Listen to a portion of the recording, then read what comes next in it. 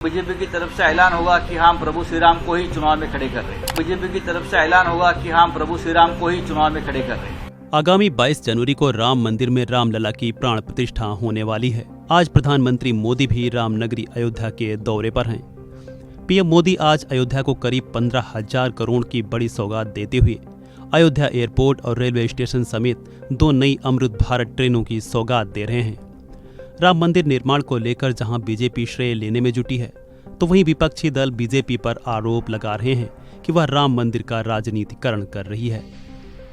राम मंदिर के उद्घाटन कार्यक्रम में किसको बुलाया जा रहा है, किसको नहीं, इसको लेकर भी सत्ता और विपक्ष में लगातार बयानबाजी भी खूब हो रही है। इसी कड़ी में शिवसेना यूबी गुट के सांसद संजय राउत ने राम मंदिर की प्राण प्रतिष्ठा को बीजेपी का पॉलिटिकल इवेंट बताया है। सांसद संजय राउत ने बयान देते हुए कहा, अब भाजपा की ओर से 22 जनवरी को ऐलान होगा कि हम प्रभु श्री राम को चुनाव में खड़ा कर रहे हैं। सिर्फ यही बाकी रह गया है।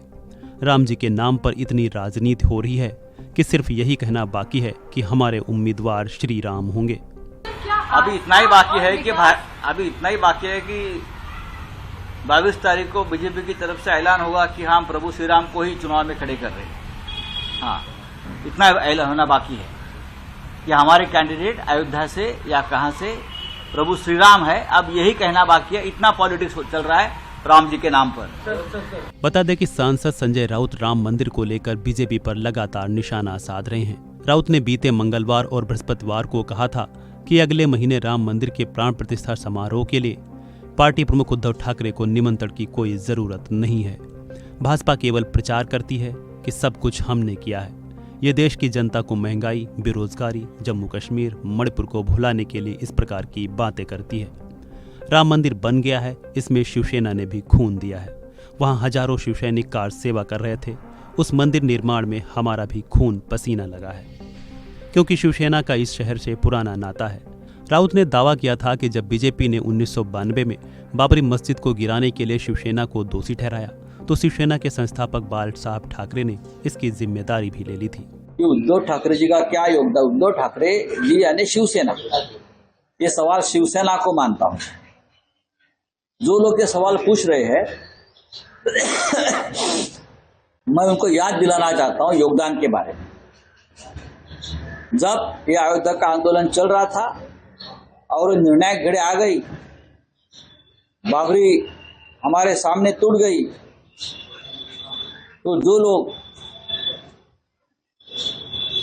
लोग अपने आप को योद्धा मानते हैं वहां से कैसे भाग गए और ये हमने काम नहीं किया, ये हमारा काम नहीं है, ऐसे डर के मारे छाती पीट रहे थे। उस वक्त बाला साहब ठाकरे शिवसेना प्रमुख सामने आए और कहा, यस, अगर ये हमारे शिवसैनिकों ने किया, ये भाजपा का कहना है, तो मुझे गर्व है ऐसे शिवसैनिकों के ऊपर जिसने ये काम किया है राम मंदिर के लिए। और ये भागने वाले लोग आज हमें योगदान के बारे में पूछ रहे हैं। आपका योगदान क्या, बताइए, आपका योगदान क्या है? आप तो वहां मैदान छोड़कर भाग गए थे, आप भगोड़े हैं इस हिंदुत्व के मैदान से। मैदान के आप भगोड़े हैं। आप हमसे सवाल मत पूछिए।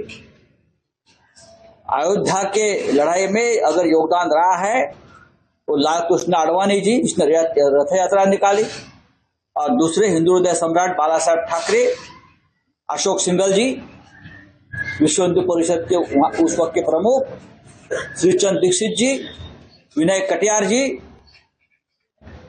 उमा भारती जी, साधु ऋतंबरा जी,